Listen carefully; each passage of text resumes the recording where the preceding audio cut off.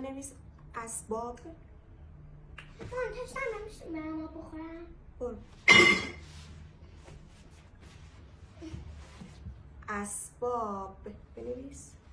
مامان گوشتم برام یه لقمه بخورم. بدو. بنویس اسباب. سردم نمیشه برام یه لباس بپوشم. برو. حالا بنویس اسباب. مامان گرمم شد برام در بیارم. برو در بیار. بنویس اسباب. بنویس. دستون دارم من دستی. برو گندم. بدو. بنویس اسباب.